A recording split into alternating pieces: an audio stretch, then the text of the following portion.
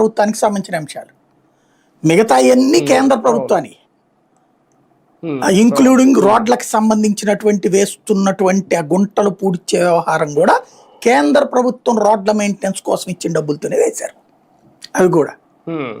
కాబట్టి అవి ఈ ఓవరాల్ గా చూసుకుంటే అది డబుల్ ఇంజిన్ సర్కారే. అందులో ఆ పెద్ద ఇంజిన్ పెద్దదైంది, అది ఆ ఇంజిన్ లేకపోతే ఇది పని చేయట్లేదు అనమాట ఇక్కడ.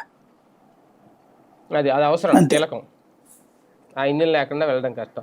సార్ ఫైనల్ గా పవన్ కళ్యాణ్ గారు మళ్ళీ మరొకసారి గ్యారంటీ ఇచ్చారా 15 ఏళ్ల నుంచి 20 ఏళ్ల వరకు మేము కలిసే ఉంటామని? నిన్న ఆయన మాటలు ఎలా చూడాలి? బేసిక్ గా ఆయన జగన్ ని రానియను అంటున్నారు. 15-20 ఏళ్ళు కూటమి ఉండటము అనేది, అందుకే 15 నుంచి 20 ఏళ్ళని బేసిక్ గా ఆయన చెప్పే పాయింట్ జగన్ ని అంతకాలం రానివంటే ఇప్పుడు ఒక రకంగా ఓ సైకలాజికల్ వార్ అనమాట. మేమే మూడే ఉంటాము, దాంతో పాటు జగన్ 15-20 ఏళ్ళు రానికపోతే ఇక జగన్ రాజకీయం లేదు కదా, మీరు అందరూ ఆల్టర్నేటివ్ చూసుకోండి అనేది.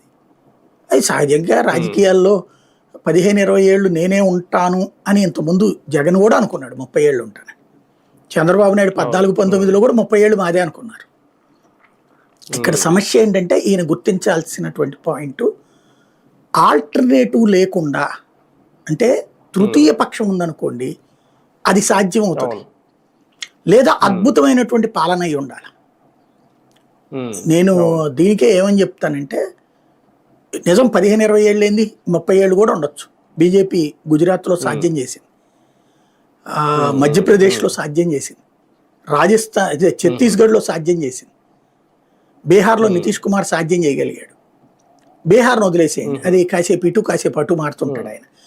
ఈ బీజేపీ పాలిత రాష్ట్రాల్లో వాళ్ళు చేసేది ఏంటి, వాళ్ళ ఎమ్మెల్యేలు ఎవడు దోపిడీదారులు కాదు, వాళ్ళ ఎమ్మెల్యేలు ఇసుక మద్యం ఇవన్నీ తినేరు తాగేరు.